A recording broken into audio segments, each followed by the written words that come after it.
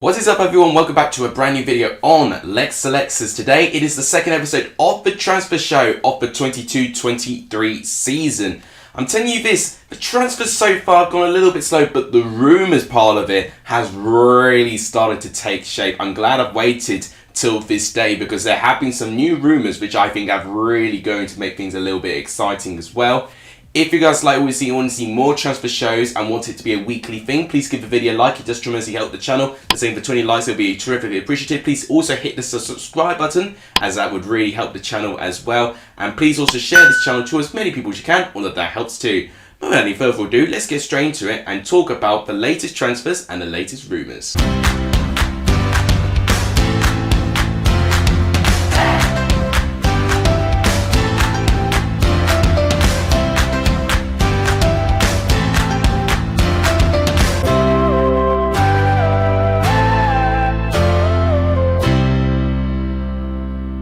One of the most recent transfers that happened in the next couple of days was Callum O'Dowda. He has left Bristol City as a free agent, but Cardiff have taken full advantage and have signed Callum O'Dowda. Now, I think as a player, Callum O'Dowda has been someone with good potential, but has always been halted by injuries. It's the common thing with Callum O'Dowda. When he's fit, he can be a good option player for Cardiff, and I feel like he is good enough to be in that squad. Whether he will start all the games, I'm going to be very interested to see how he fits in, but I think that's a decent statement from Cardiff going into next year. Huddersfield have completed the signing of Will Boyle. Now, he was a Huddersfield player, but he was on loan to Cheltenham in the season before and really helped contribute to Cheltenham's survival in their season back in League One. So he's now back at Huddersfield. Obviously, he's going to be partnering, in that back line there, and I do think they were lacking a little bit of depth in that back line, which I think wasn't a contributing factor to why they lost out, obviously in the playoffs. But I do think now they've strengthened the depth in that area, I think it's going to be crucial. And for the fact that Naby Sarr is looking like he's going to leave as a free agent, Will Boyle, I think, could be a really good replacement for that. Isaac Hayden has left Newcastle to join Norwich City. Now, that is an interesting signing. Not the youngest of players anymore, and I definitely didn't see him having a big future with Newcastle with the new ownership. But Norwich, I think, will be a decent club for him. I do think he would be a decent signing in a defensive mid position, can also play as a defender as well. So a pretty versatile player and with a lot of experience as well, which I think would definitely help Norwich going forward. And another transfer that has happened quite recently is David Marshall. He has left QPR to join Hibernian, 37 years of age. I've got to say, the amount of games he was playing still at the age of 36 is still really, really good for him. I think Hibernian would be a good club for him, and I definitely expected QPR to have a little bit of a clear out with the amount of transfers they did bring in, obviously, to try and cover the goalkeeping crisis they had last year. So, those were the main transfers that happened so far. If I've missed any out, please do let me know in the comments down below. But now, I really want to go straight into the rumours because there's a lot of rumours to be talking about. I'm going to talk through the rumours which I think will be confirmed first, like almost maybe today or later on in this week. So the first one is James Tarkowski. It does look like that Everton are going to get Tarkowski in as a free transfer to start things off with Burnley losing their players. I did say Tarkowski and Ben Mee look like that they will leave as free agents, and Everton looking like they're going to be the club taking full advantage of that. And Tarkowski, I think, maybe not as good last year as he has been in previous years, but on his peak, he has been a really good English defender. So if Everton can get the best out of him and maybe partner back with Michael Keane when they were working together with a Burnley partnership so they can reunite in that way. So I do think maybe that would be a really good defensive partnership to accompany Michael Keane. Now, Freddie Woodman to Preston is looking like a really good possibility at this moment in time. Preston need a new goalkeeper, there's no doubt about it. They've already lost Iverson. They were lucky enough to have him for 2 seasons, really. But Freddie Woodman, I definitely think, would be a decent replacement if they can get him in. I think it would be a loan transfer, but Preston will be working to try and make a permanent signing. 25 years of age, experienced the Championship before, being Swansea's #1 goalkeeper when Swansea did make the playoffs with Steve Cooper, and then was with Bournemouth last year, but unfortunately didn't really make too many appearances and has only made 9 appearances for Newcastle in total. So he definitely needs a new club, and I think Preston will definitely welcome Freddie Woodman with open arms. Darren Lenihan does look like he is going to join Middlesbrough on a free transfer. There's a lot of free transfers going around because there are a load of free agents, but I'm not going to talk about all the free agents that all clubs have, because I think that's worth another video in itself to talk about. But Lenningham is one of Blackburn's free agents that does look like that Middlesbrough are going to sign. I mean, they have lost Sol Bamba, so I think they can look at Lenningham as a potential replacement, because Sol Bamba is officially now a free agent with Middlesbrough. And with the experience that Lenningham has got, I definitely think will be a good signing. And actually, out of all the defensive players, he's actually got one of the strongest stats in terms of clearances, goal contributions, blocks, all of that stuff. I think Lenningham will be a really, really good signing for Middlesbrough if they can pull it off. Now to a couple more rumours which I think are a little bit more in the air, but definitely could happen. So Ben Brereton Diaz is going to be a big one. So Leeds and Southampton are the two big clubs interested in this signing. Now there is another development going on with Adam Armstrong with Southampton, which I'll talk about in a minute. For Leeds' purpose, I mean, Leeds definitely need a bigger squad, to cope with the amount of injuries that they had. The fact they had a lot of their first team players injured, it nearly got them relegated with a lack of quality and depth. So Leeds definitely need to prioritise that, and getting a striker in like BBD to rival the likes of Patrick Bamford,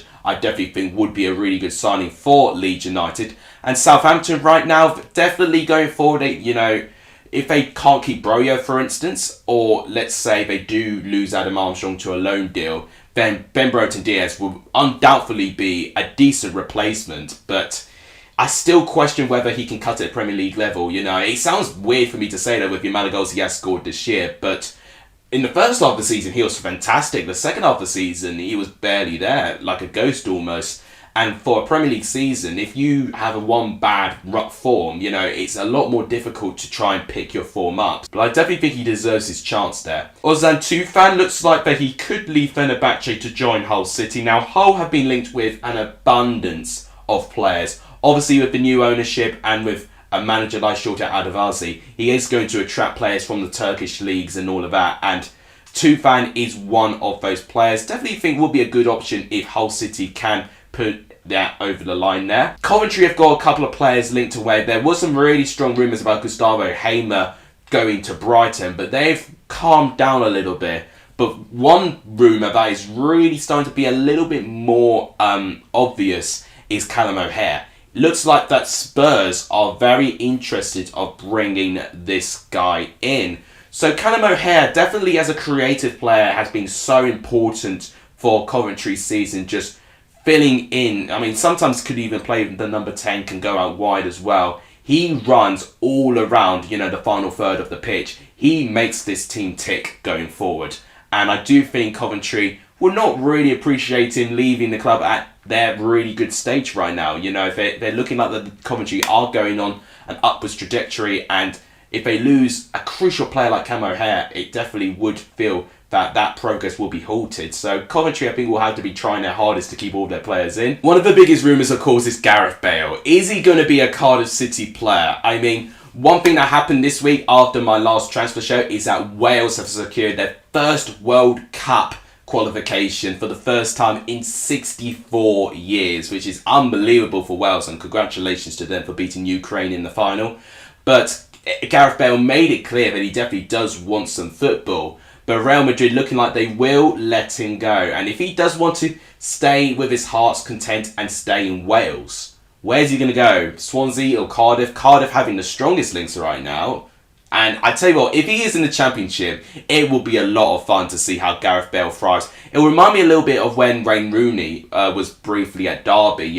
You saw that he was just a cut above the rest. And I think Gareth Bale, despite the age that he is right now, I definitely think would prove to be the same. I definitely think he will be a really exciting transfer if it does get confirmed, as ridiculous as it sounds. And finally, one that really caught my eye was Nick Pope. So Burnley, as I said, going through a bit of a clear out. Nottingham Forest looking like they are linked with Nick Pope. And I'm going to talk about Nottingham Forest a little bit more when I talk about the newly promoted club's transfer rumours, which is going to be my third part of this video. But I think Nick Pope to Forest, I think, will be a great signing. He's proven to be a Premier League standard goalkeeper, and Nottingham Forest would definitely appreciate someone who's commanding, and with the amount of international experience Nick Pope has as well, I definitely think it will be a slight upgrade to what Brice Samba is. More rumours to go on. I'm going to talk about Lucas João now. So Reading looking like they could go a little bit of an exodus as well. Lucas João linked with Watford in the Championship and Nottingham Forest in the Premier League. So Lucas João, I don't know. I think he'll definitely look at Nottingham Forest being a better team, to get some Premier League football. But I don't know about that signing, really. I don't really typically see Lucas João as a Premier League player, got to admit. So I think Watford could make good use of him in the Championship. Rob Edwards is going to definitely attract a load of players with his fantastic style of play that he introduced in Forest Green. I just personally don't think he'll be a Premier League player, but I could be wrong. Now, Reading have also been linked with Charlie Austin. So João potentially going, but they could bring Charlie Austin in.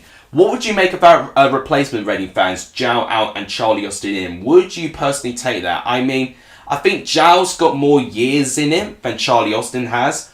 But on their day, I definitely think both can be quite similar. I think João does go through spells. If João picks up an injury, then you're really not really going to see him recover his form, unfortunately. Charlie Austin is always a fighter, whichever club he goes for. So it depends really for what Reading could see as a striker that can take them forward. A fighter like Charlie Austin, or someone who's been doing it year in, year out, like Lucas João, despite having good form and then poor form, like in between that. It's going to be interesting to see if Lucas João is going to leave, if Reading are going to get someone in. And I think Charlie Austin would not be a bad shout, I've got to say, despite the age he's at right now. Sheffield Wednesday are interested in signing Malik Wilks from Hull, so I'm going to link League One into this as well, because Malik Wilks is still a Hull City player. But Malik Wilks has been someone that has been attracting a lot of interest from League One clubs.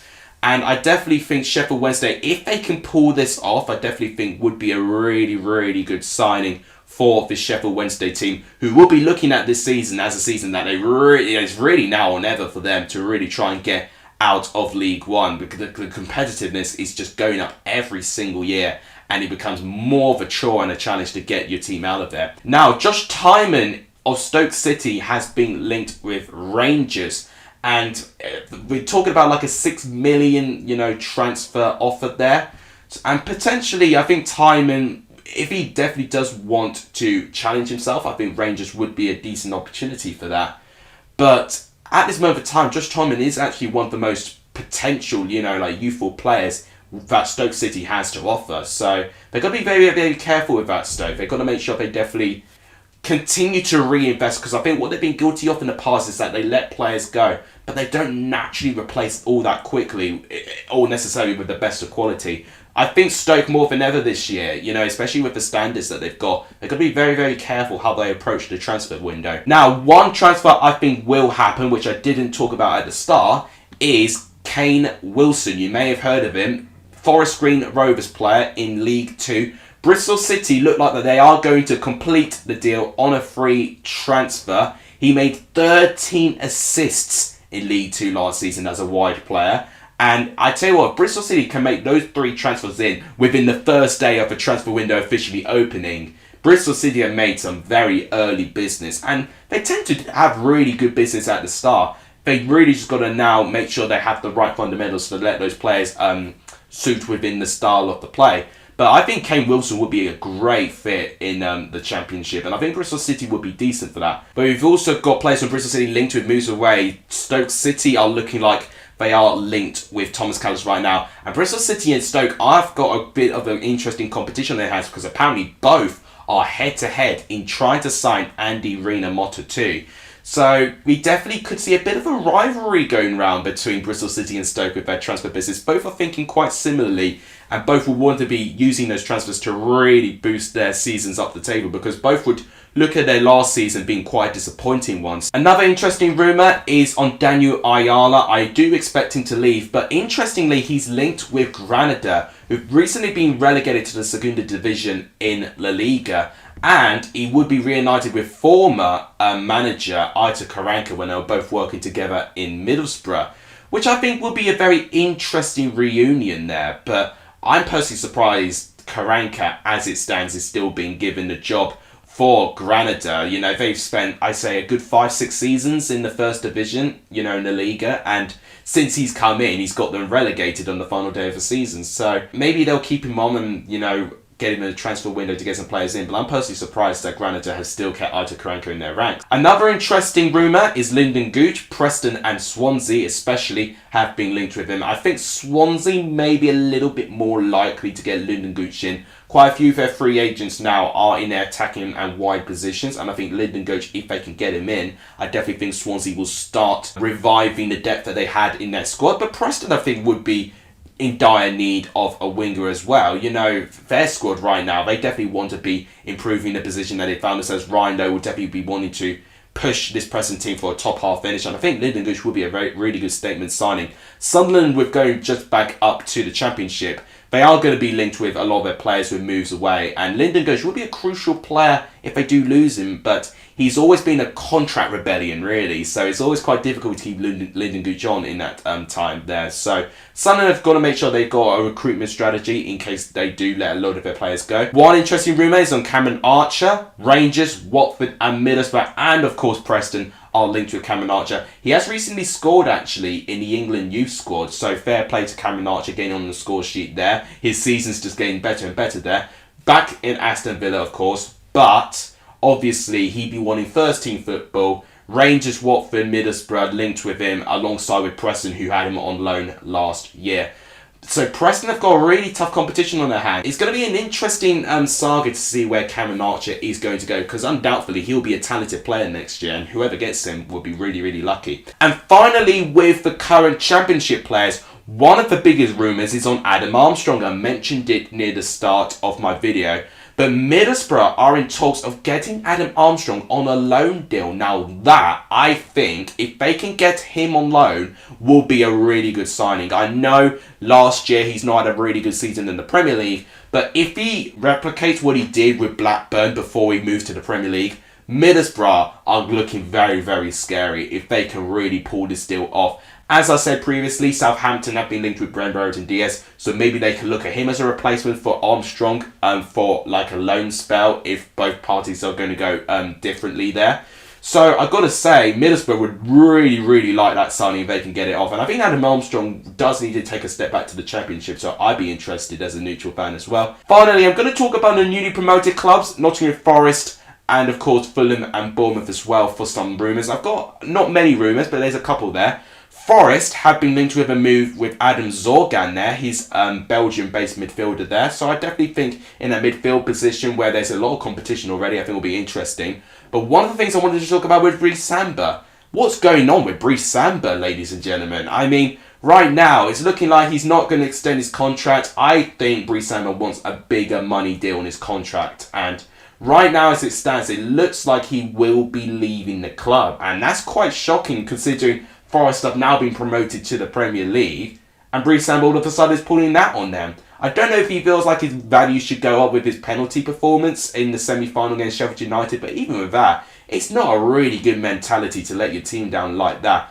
But as I said previously with Nick Pope, if Forest get Nick Pope in, then I do actually think they'll welcome Brice Samba leaving the club, actually, because I definitely think Nick Pope would be a better goalkeeper in that position there. So it's going to be very interesting to see how Forest are going to approach this, and definitely things could change in the next couple of weeks or so. Issa Kabore of Manchester City could join Nottingham Forest as well if Jed Spence does not stay. Now, Jed Spence has been linked to Spurs in the past, when he was in Middlesbrough, but obviously Jed Spence has got a bit of a connection with Nottingham Forest there. But if he cannot stay and he's going back to Middlesbrough, let's say, or he does transfer to another Premier League club, Issa Kabore, I definitely think will be a decent player. He's someone who I've seen in my career mode and someone who I've been trying to sign in my career modes, actually. But he was on loan to Troyes last season in the French league, and they were a newly promoted team, and actually he's played a really big part in Troyes' survival in the League A. So I definitely think Kabore has got a really good pedigree in making sure that he would deliver good performances, being an underdog, getting the team to survive against the odds. And Nottingham Forest could definitely look at that narrative and saying, Kabore's done it with Troyes, maybe he could do it with us. And finally, Morgan Gibbs-White is a really big transfer rumour as well. So Nottingham Forest have been linked with him, and I think definitely would be a really good signing for Nottingham Forest if they can pull this off. But Wolves, obviously being their parent club of Gibbs-White for quite a number of years now, will also be interested as well. I think Gibbs-White last season has had one of his best seasons ever. And it's, it's a shame for him that he didn't get Sheffield United promoted, because with his performances, you would argue he's definitely deserved to really have a chance at a crack at Premier League football. So he could look at those two deals thinking that's a really good offer for him. But Sheffield United really cannot afford to lose their talisman. He's been the one that's really helped them going forward. And with the amount of forward players they've already lost as free agents already, they've really got to be very, very careful, Sheffield United. Especially if they want to really try and improve on what they've done from last season and really continue where they left off and to try and get promoted back to the Premier League. They really got to keep all their main players. Right, so that is all the rumours talked about. If I've missed any, guys, let me know in the comments down below. Let me know what you think of your club's transfers so far and the rumours so far. Let me know what rumours you think are more likely than the others. And tell me if there's any rumours that are a little bit ridiculous. I'll be interested to know. But that'll wrap it up, guys. Thank you guys so much for watching. If you guys enjoyed the video, please give the video a like. It does tremendously help the channel. Please do hit the subscribe button if you've not done so. It does really help the channel. And please share this channel to as many people as you can. All of it helps too. But that will wrap it up. Thank you guys so much for watching. You guys are legendary if you saw the end of this video. As always, I'll see you guys soon. Take care, everyone.